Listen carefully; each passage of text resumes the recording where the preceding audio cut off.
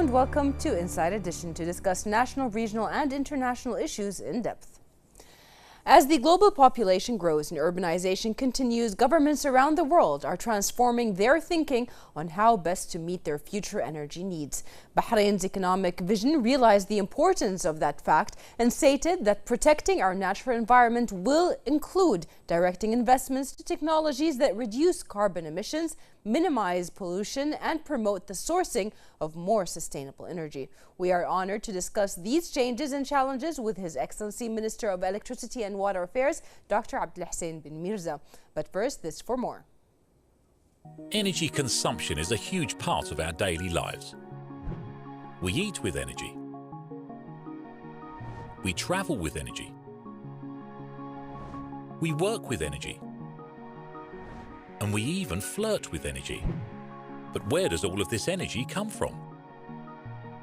Today we gather most of our energy from coal, oil and natural gas, also known as fossil fuels. Additionally, we gather energy from biomass, nuclear and renewables.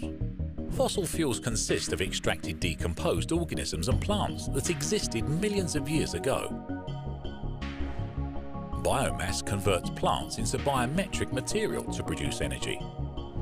Nuclear energy is released during nuclear fusion. Lastly, renewable energy comes from a source that's not depleted when used, such as wind or solar power. But what's the profound difference between them? How they affect our planet? Fossil fuels cost more than what we pay at the pump and impacts our environment in many ways. These impacts include global warming, air quality deterioration, oil spills, and acid rain. It's also projected that fossil fuel resources will be depleted within the next 50 to 100 years. Biomass and nuclear energy also have similar issues. We need a solution relatively fast, and luckily, we have one. Renewable energy comes from resources which naturally replenish in our lifetime, whereas fossil fuels are a one-time use resource in the human timescale. Resources for renewable energy include sunlight, wind, rain, tides, waves and geothermal heat. The best part is that we don't need to compromise our planet to harness it, nor do we have to rely on other nations for these resources, which history has shown to be a contributor to war, famine and political instability. So, how do we get this to look like this? Presently we have the technology to be 100% renewable reliant. The truth is, our infrastructure is built around our fossil fuel dependency. If we could convert our infrastructure to what's known as a supergrid, we would be able to rely on clean, renewable energy. So, what's it going to be? Will our children live in a world full of pollution? Or should they continue the path of evolution?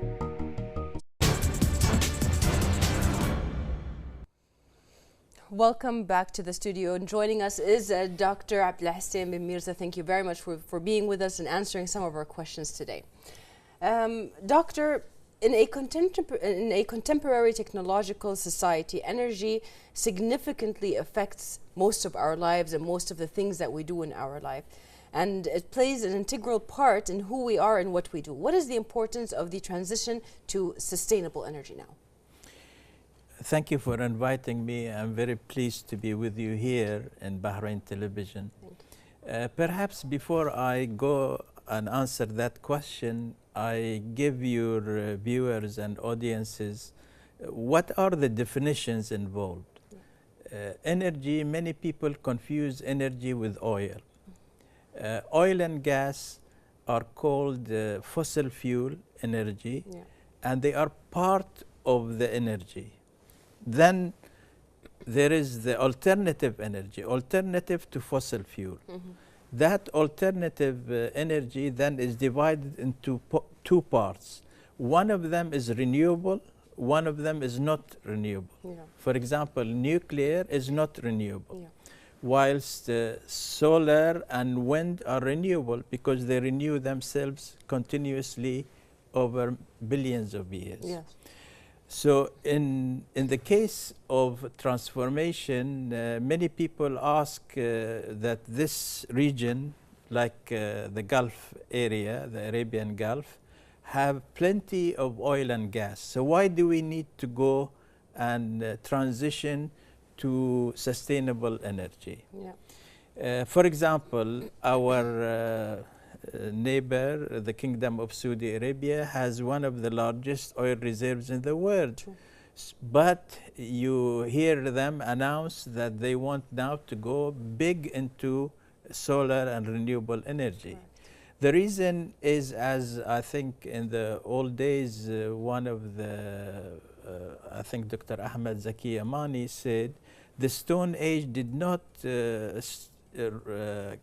went out because we ran out of stones, but because new technology came. The same thing now with renewable energy. The cost of renewable energy has really dropped by about 80% in the last few years. Awesome. Also, it is now there is lots of pressure by different organizations realizing that there is climate change and the impact that it has on nations and the population in the future. So these pressure groups on environment ask that we should restrain the pollution, the CO2 pollution in the air. That's why, for example, the Paris COP, climate change, Yes. Everybody signed to it that they will commit themselves to reducing the emissions by certain percentage throughout the year. Yes. The one way of doing that is to use renewable energy, because solar and wind are absolutely clean, 100%. And the more you use them, the more the air will not be affected. Because if you continue now with fossil fuel and other fuels, what will happen in the future? Slowly, the environment will get polluted. And one day, our grandchildren will be wearing masks, like it happens in certain countries, in certain towns in China. Yeah.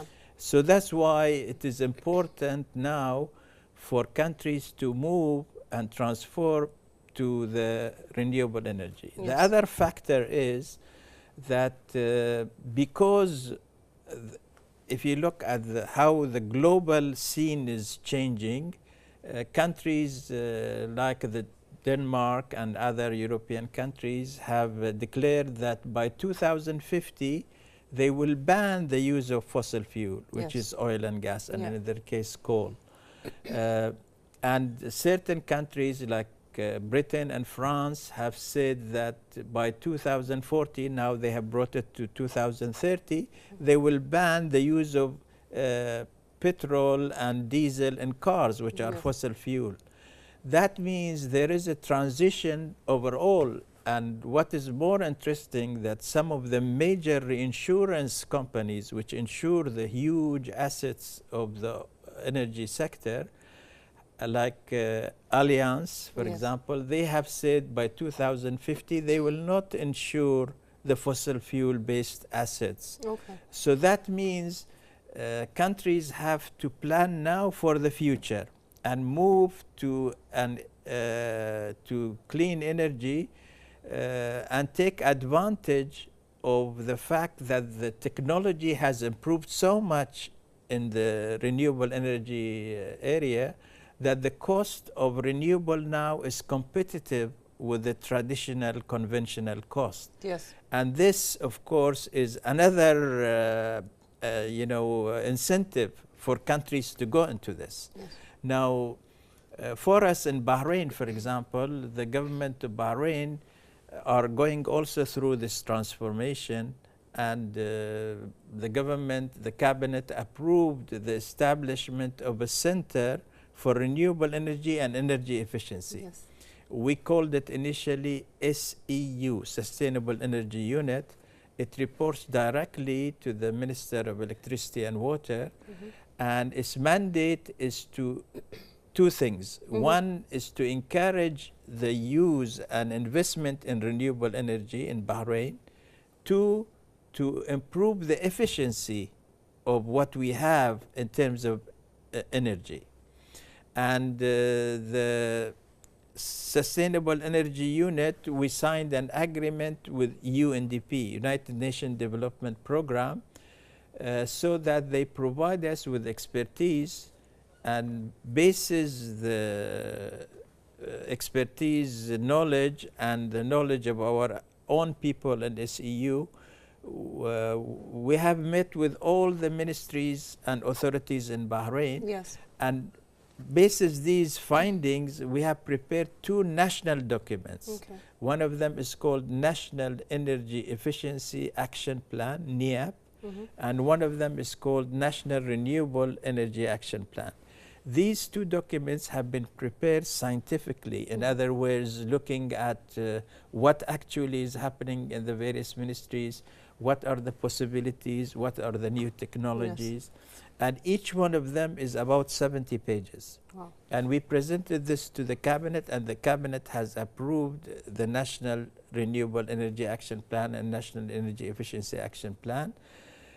Each one of these contains what we need to do in Bahrain to achieve the national targets, which the cabinet has approved now. Yes. The national targets, which were initially recommended by SEU, is that by the year 2025, we will have 5% renewable in our energy mix. Okay. Currently, it is 100% fossil fuel, Yes. 100% natural gas, basically.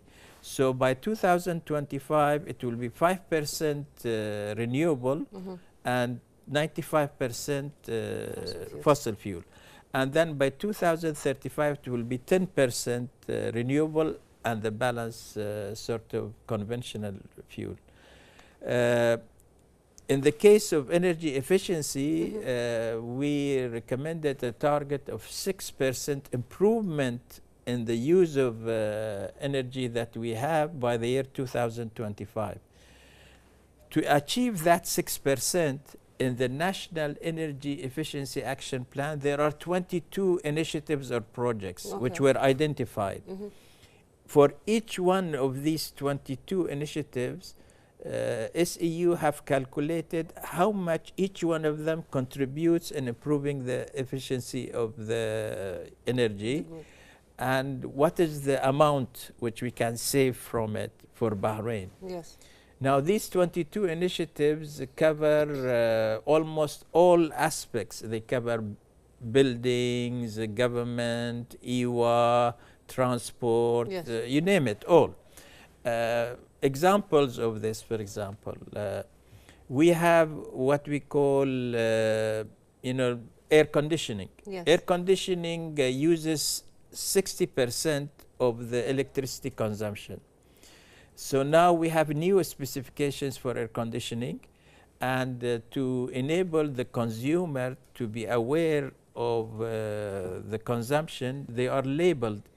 All the new air conditions are labeled and they have stars on them. Yes. So 7 star is the best, the consumption is less, then you go to 6, 5 and so on. Yeah. So this has already been done, and the old air conditioning have been banned to come into Bahrain. Lighting, for example, all the tungsten lights are banned now in Bahrain, and we are moving to more efficient lighting like LED. Yes. So now there is an agreement that all the government buildings have to have LED, whether they are owned by the government or rented by the government, they have to be LED.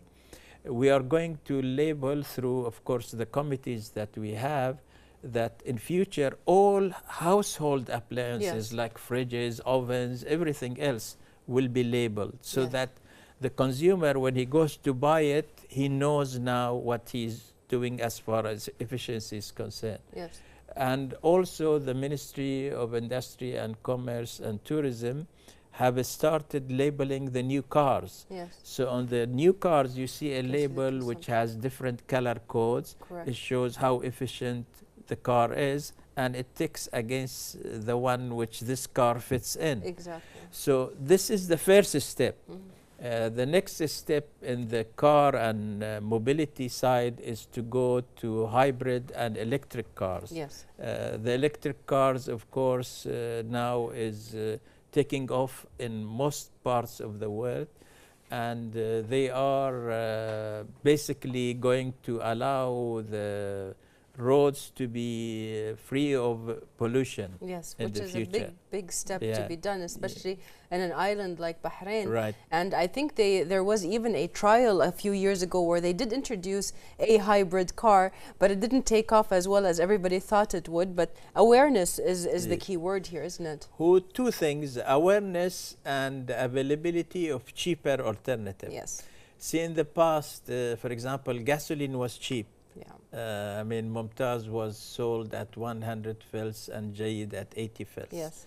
And what was happening, people said, why should we bother with hybrid when we have cheap fuel? Exactly. Now, of course, with the changes in the subsidies, the price of gasoline has gone up. Correct. And strangely enough, when the price of gasoline went up, there were two prices. There was a price higher up for Mumtaz and price for Jayid. Yeah. So people, because it affects their pocket, they changed. For example, before increase in prices of the gasoline, people had 60%, they fill in their cars Mumtaz, 40% Jayid, because it was cheap. Yeah. Now that it's not so cheap, it's the reverse. 60% are using Jayid, and it's moving to 70 now. Wow. And the others Mumtaz. So it is bringing awareness. Plus, the electric cars with the technology that is happening and so on, it has no sound, doesn't bother the sound. It is clean. It is going to be as good as the normal car. So that is where things are going. In the 22 initiatives also, we have a green building code. A green building code is, for example, this will be handled by the Ministry of Works and Municipalities and Urban Planning with the help of SEU and, of course, the Office of the First Deputy Prime Minister.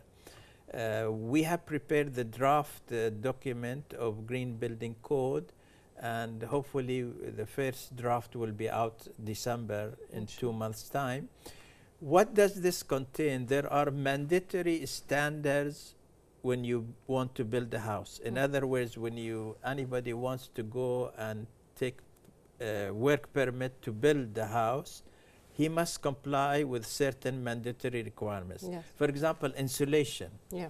Insulation specifications will be in the Green Building Code as well. And basically, we are making it better specifications, and this will come into effect 1st of March 2019. Better, you mean safer for the environment, safer for the people living there, and better provision of service to the person there. What it means is that when you have better solution, the heat doesn't penetrate into the room. Yes. So therefore, you don't have to, because it is how much the heat or the outside pressure penetrates into the room. So the more strict you are, the more you have protection. So for example, if we look at it in a simplified way, if there was no insulation, if the electricity goes off and you have air conditioning, in few minutes you feel the heat. Yes. But if you have insulation, if the electricity goes off, you can have it maybe for 1 hour, 2 hours, still cool, because you're not allowing the heat to come in. Perfect. Plus, of course, the Green Building Code will have regulations on the specification for water, how to best utilize the water. And there are also voluntary things in it, like, for example, using different, like solar and so on in the house.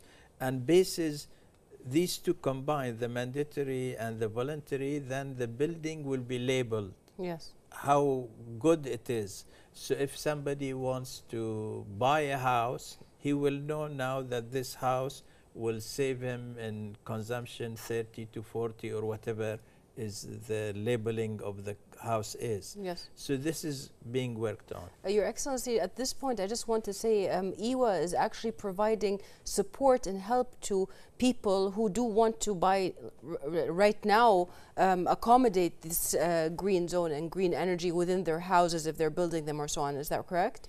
Well, EWA,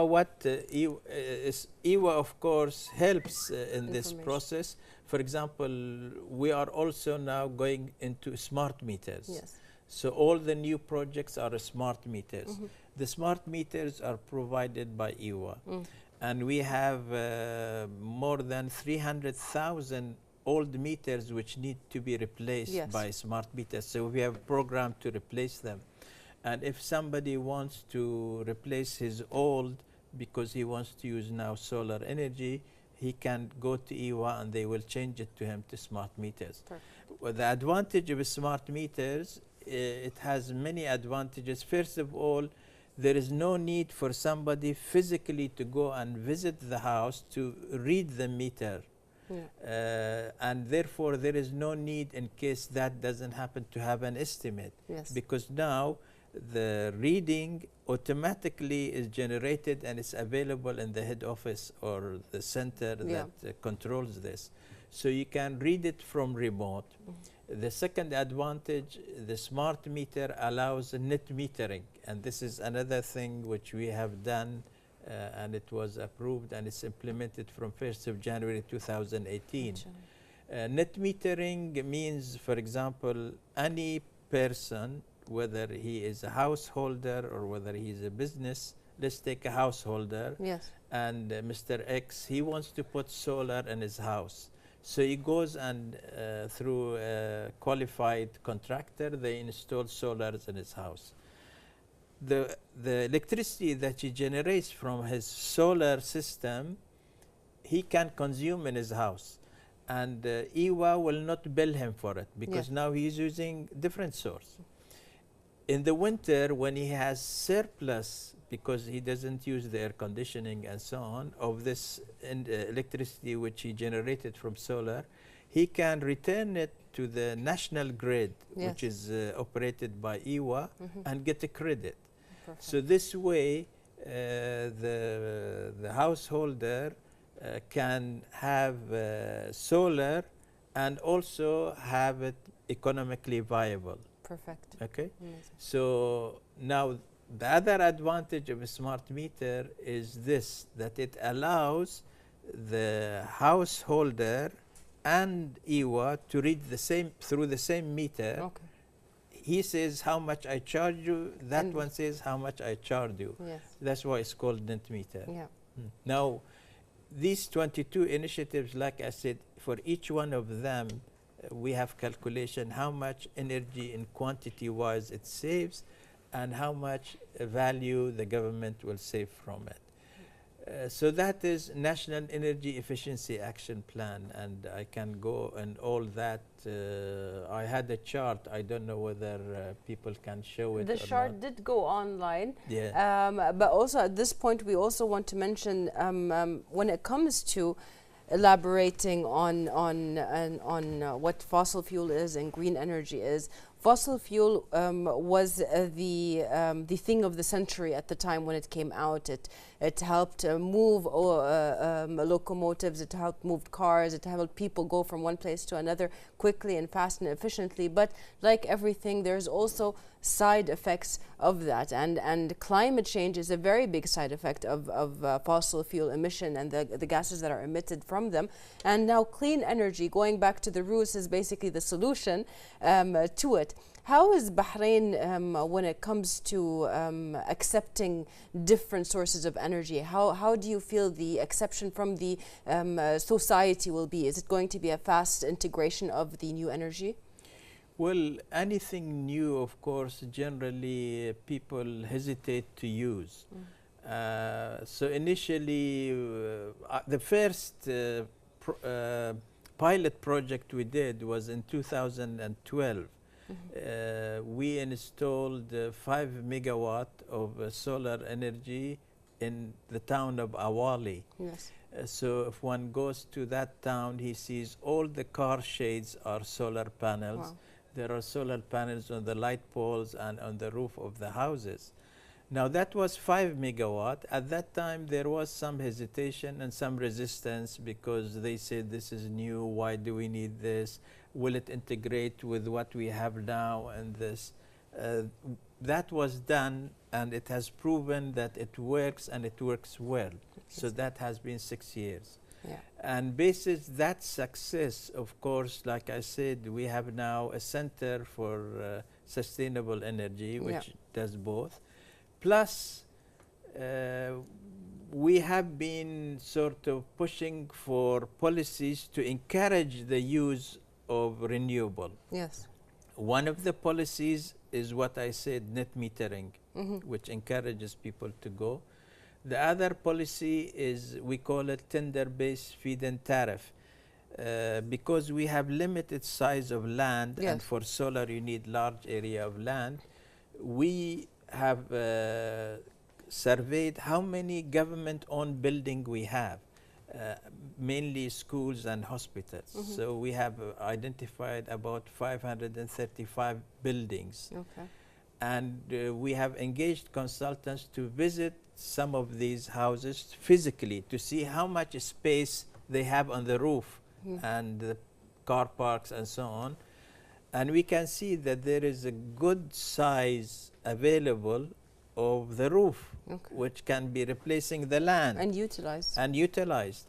So now we are going in December, that's in 2 months' time, we will be putting out to tender 50 of these buildings for the developers to come. So developers will compete, they will finance, they will build, they will manage, and they will maintain the solar system on the government buildings in return for a tariff. Yes. And we expect that tariff to be less than the conventional tariff. So here the government saves the capital cost because now the private sector is doing that. Yeah. Plus it gets electricity cheaper and people will benefit by it. Perfect. So that is of course another policy.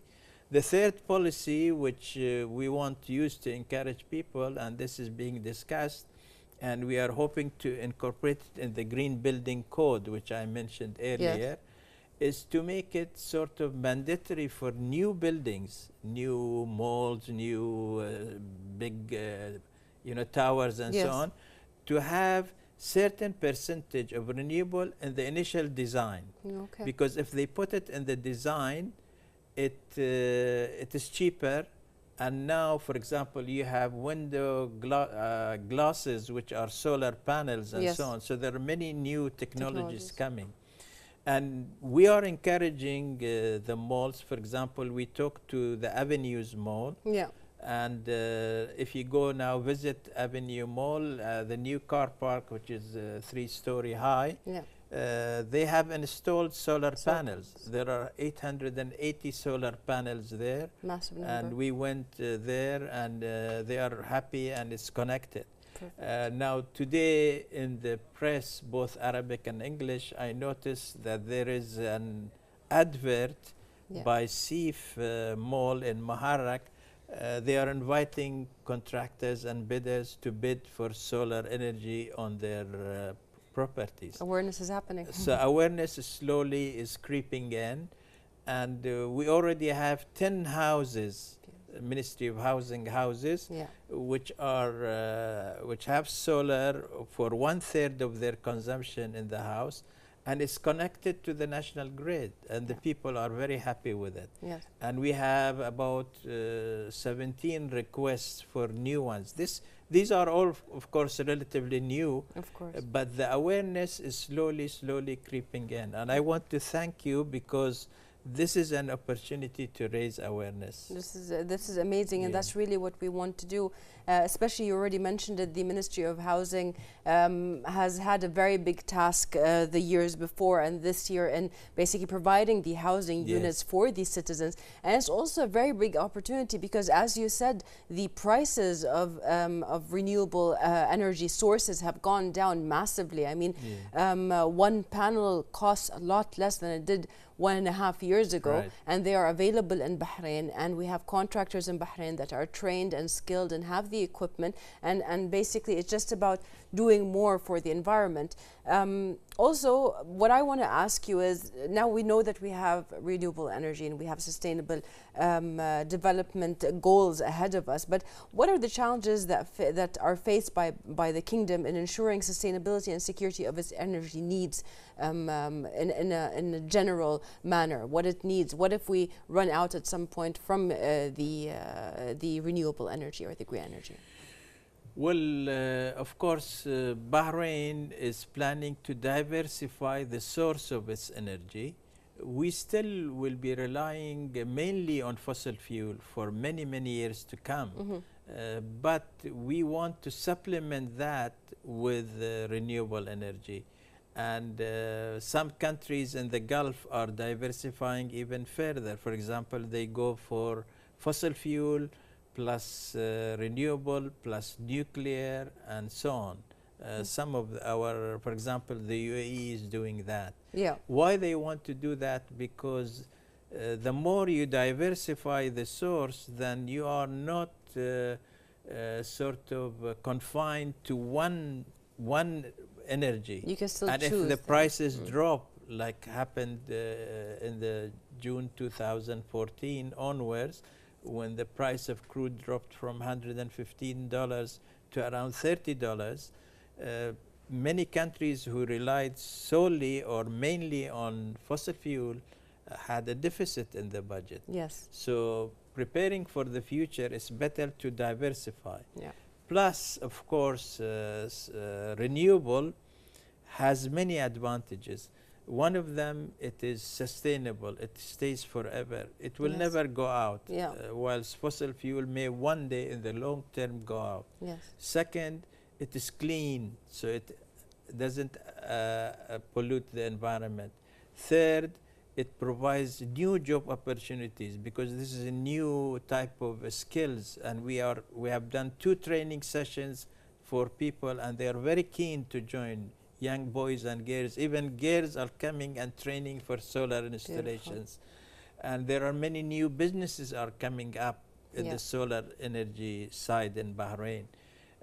Plus, number 4, the cost of it is now competitive with the traditional conventional fossil fuel. Yeah. And the most important thing, for example, from the government side, it saves the gas, because currently we use gas to generate electricity. If we use solar to generate electricity, we save that gas. And that gas is a strategic resource that the government can keep for future generations or use it in the strategic projects like expansion of major industries like Alba, Babco, GPIC, and so on. Exactly. You actually recently announced that the Ministry of Electricity and Water, the consumption of electricity in Bahrain has gone down by almost 46% due to the use of energy saving products and less use of water and so on. What can you tell us about those numbers? 46 is, I have not heard this figure. Let's look at the consumption of electricity. Yeah. Now we have now currently from conventional, that is gas-based electricity, we have 5 power stations. 3 of them are private. The capacity available from these 5 is 3,920 megawatts. Okay. The peak consumption happens in the summer, actual, because this is the capacity available, 3,920, let's say 4,000, rounding. The peak that happened this year was in June, 7th of June 2018, and it was 3,437. Yes. 3,437. Yeah. This, of course, means that we have used less than our capacity. So we have enough capacity for a few years to come, because each year there is increase. Yeah. But if we compare this peak in 2018, 3,437, with the peak last year, which was in August 2017, that was 3,527. So there is about a reduction, right? this reduction, of course, when we were planning for this year, we thought that there will be increase because there are more population, there is more estates, there are more properties. Yes, of course. And that shows that there is an awareness of conservation now in Bahrain. We hope this is one factor. Hopefully. The other factor is that with the change in tariff, you know, people become more conscious to make sure that they can do the same thing with less. And this is, for example, this is what we call improving the efficiency of what you have. Yes. And people are going to that. And EWA has a department for conservation, yes, and they issue awareness campaigns. And the second goal of SEU is to bring about this awareness about the need to conserve energy. yes, Because conserving energy means you don't have to spend capital too much, but you will save you know, a large quantity of that energy, yes, which means you can sustain it longer time. Well, you've talked to us a little bit about how the government already exerts tremendous efforts to support the issues of sustainability. But can you tell us more about you mentioned the Ministry of Municipalities, you mentioned the Housing Ministry. Can you mention a little bit more about the government's efforts in this side? Okay. Now, the cabinet, when they approved the National Energy Efficiency Action Plan and National Renewable Action Plan, also approved the formation of a committee made up of different ministries. Yes. You know, senior people from different ministries who are concerned with energy efficiency and renewable energy. And they said this committee should be chaired by the Minister of Electricity and Water. Yes. We call it an Implementation and Follow-up Committee, IFC. Yeah. This committee has 14 members. The members are from the First Deputy Prime Minister's Office, from Ministry of Finance, okay, from Ministry of Transport, Ministry of Works, Ministry of Housing, Environment, you know, Economic Development Board. And we meet to ensure that we implement what are in these two plans. So the yes, government effort is coordinated. perfect, And I report regularly to the cabinet and to the coordination committee, which is headed by His Highness the Crown Prince, the progress that we make on these implementation of the 22 initiatives, yeah, and the renewable energy initiatives. For example, one of the renewable energy projects, which His Highness the Crown Prince asked that should be done, is to have a 100 megawatt solar farm. okay, So that project, we have tendered it out, and we have received the bids, and a land has been allocated for it. It's a landfill in Askar, and the final bids we will receive by 7th of November. okay, pretty soon. Pretty soon. Yeah. And the bids that we receive, we will find out how much cheaper it is or not compared with the conventional. But the statistics show, and we follow this closely, I follow this closely because I go to the various conferences and the articles that are issued. Yeah. The lowest price per kilowatt hour, this is was bid, was in Saudi Arabia recently for Sakaka project, Mm-hmm. and it was 9 fils, our currency, yeah, 9 fils. Now, 9 fils is the cost of the production of for 300 megawatt project. Yes, that's huge. Let's compare that with the conventional cost. Our conventional cost in the invoice is 29 fils per kilowatt hour, but that includes transmission and distribution, which is 7 fils. So if we remove the 7 fils deducted from the 29, we get 22 fils. Yeah. Now, this bid was 9 fils, So 9 fills is cheaper than, of course, 22. 22. But of course, the 9 fills is for a larger project. So that shows you that it is going to be competitive in future. And we hope that with the bids we receive for the 100 megawatt, we will be in a better position to know exactly how much it will cost. Yes. Well, that's the next question I want to ask you about. Now, the bids are coming from companies within Bahrain, but are there any international cooperations when it comes to this field? Well, normally, of course, there is international. There are companies which are made up of consortiums. They are local and international and regional. And these companies bid for projects in Bahrain, and the Renewable, now we have Adur 2, which is our private conventional power station. In the case of Renewable, for example, the bids that come in is made up of local, regional, and international. Yeah. And then there is an evaluation committee which will look at all this basis criteria for technical and financial, and they say that this is what is the best thing for Bahrain to do. Especially that it has to fit Bahrain's terrain, its geography, and everything that comes on that. Well, Bahrain has launched a number of projects and initiatives in the field of sustainable energy. Can you tell us a little bit about them? Okay, let's go first on the Bahrain. On 1st of January 2017, the first solar assembly factory in Bahrain happened. Yeah.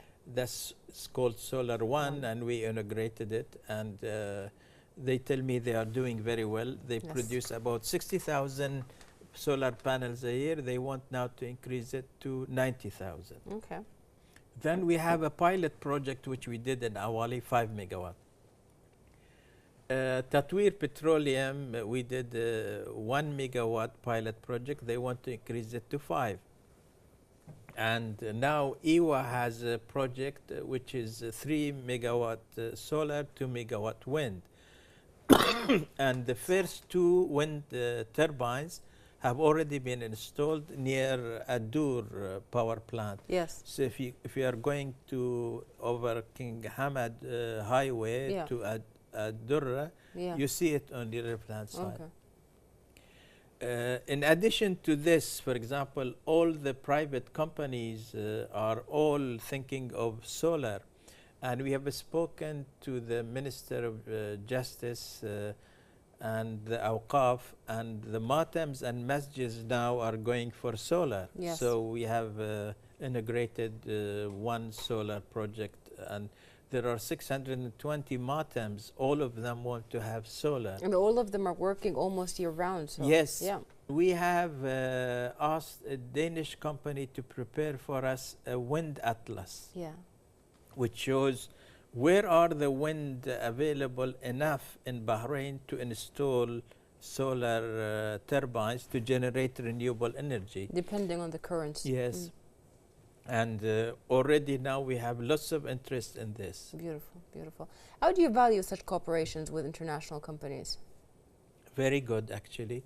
We have met with all types of nationalities because everybody is going that way. Yes. You know, for example, sometimes we have Japanese, Chinese, British, French, Spanish, Hungarian, American, you name it. So everybody is, because this is a new area and it is expanding. The rate of growth in renewable is much faster than any other rate. Yes. Are the sources of clean energy also as diverse? They are, because of course, see, let's take renewable energy. Yeah. Renewable energy, it could be wind source, it could be solar source, and in countries who have rivers, they could be waterfalls source, or it could be you know, the waves in the sea and so on. So there are many sources. We have said we will concentrate on wind, solar, and waste to energy. Yes. Because unfortunately, some of the waste gets wasted, as they say. There you go. So now we can use that waste to generate electricity. So first of all, you protect the environment. Yes. Also, you have electricity or power or energy. And that already there is one project which Ministry of Works, Municipalities and Urban Planning, with the help of SEU, are in the process of finalizing to convert the sludge which is produced from Tubli Bay to energy. Because that sludge then we don't need to get rid of it. You can convert it to energy. Yeah. Well, Dr. Mirza, we are going to take a short break, and after that we're going to talk about how the society and the community can do more to save energy and provide green energy in Bahrain.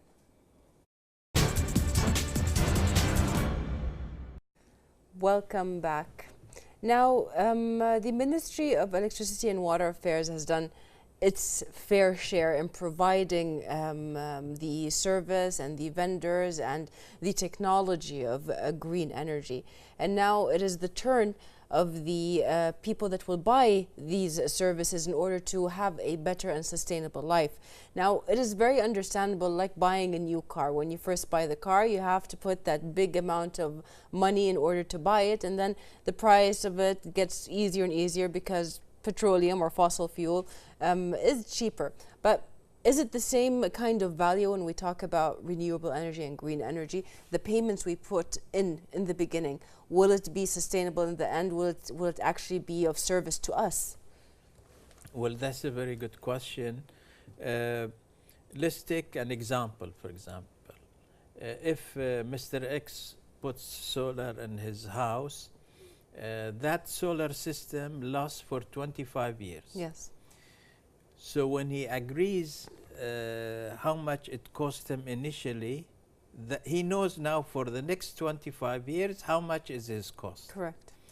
Whilst the cost of the conventional electricity, which is 29 fils, yes, he doesn't have guarantee that it will stay the same in the next 25 Correct. years. And most likely, 25 years is a long time, so that cost may go up. yes, So therefore, he shouldn't just look at it now, compare it. Although now it is competitive, it will be much more competitive in the long term. yes, And he will get back his the investment that he put in. Plus, there will be a period when he, after his payback, he will get that part of electricity that generate from solar free. yes, Because he has already paid it and he recovered his capital. We are also talking to banks and to Tamkeen, and I want to thank Tamkeen that they contribute to encourage the solar use of solar energy, and we have had meetings with them where they will hopefully participate by paying part of the capital cost for the individual, yes, and also maybe part of the interest if he borrows the money and arrange a loan which is over a period. It's yes, just to facilitate for the people to use solar energy. yes, Now here also there is like the government is doing these things to encourage the citizens and the residents to use solar energy. There is a duty on the community and on the people themselves, or that they want to use solar energy or wind energy because it is clean energy. Yes. It is for their future generations, for their grandchildren True. of theirs, and they should be realizing by participating in this and using it, it's not only just the financial return, it is the health of the future generation, it is the sort of sustainability of the energy for the future generations. yes, yes. So all these factors have to be taken into account. And I guess what we want to do, and we have engaged a company, a consulting company, to do a communication strategy for us to make people aware that going through using renewable energy has many advantages. Yes. And many of them who cannot afford it, there will be some help in some form or another for them. And also that this is like a social responsibility at the end of the day, that you want to protect the environment. Yes. Well, Doctor, let me try to elaborate on what you said and also ask you a backup question. Now, when people actually do this, they're doing this for themselves and the future of their children, which is a very close future. People who have a newborn today, after 25 years, this child will be probably in university, starting their own family. They're providing this child with a good future. At the same time, also, these costs that are coming upon us from fossil fuels are going to get immensely high, because fossil fuel is a materialistic kind of it's a material. It will end up finishing at some point of time, whether it's after 50 or after 500 years, it doesn't matter. People are existing and they're living on, and this is something that they will not be able to live on for the rest of their lives. Plus, it of course pollutes waters, it pollutes the air, it pollutes the surrounding areas, and it causes this immense heat and this humidity, which in return causes us to use more air conditioning, using up more energy, and also using or providing more pollution through the air conditioning system. So my question to you is, if hypothetically we said Bahrain started today that 60% of its population went all green energy, will the changes be very fastly seen? The cleanness of the air, the changes in the atmosphere in general? It will be seen, maybe not immediately, but over a period. But I like to go back to your question about fossil fuel. I don't want, because I was Minister of Energy and I was in charge of fossil. It's still a good fuel, I understand. I have spent all my life in the oil industry. Yeah. Fossil fuel has its advantages, and they are working on making it cleaner. Yes. Because they realize renewable is coming and it's clean, so they are working on that. And fossil fuel will be still required for a long time to come. However, when it comes to renewable, that is the thing that will help or supplement the fossil fuel. The countries who want to go completely out, you can see, have planned by the year 2050, which is many years from now. Yes. However, between now and then, the technology changes, and renewable also technology changes. For example, now to put 1 megawatt of solar energy, you need 15,000 square meters of land. Yes. But in 5 to 10 years, my guess is it will be like the iPhone. Yeah. The telephone was like a block before. Now it's a small one, has more information, better information, faster information. Exactly. So that will Technology happen. will change. So it means that you will require less space of land in future. So technology is moving very fast. And I guess we have to not think making decision today, but think what could happen in the future. Yes. Well, Dr. AbdulHussain, we've almost gotten to the end of our show, but at the end I would like to hear from you. What can people do today? How can we make them more aware, and what can they do from now in order to make this green energy a more successful thing in Bahrain?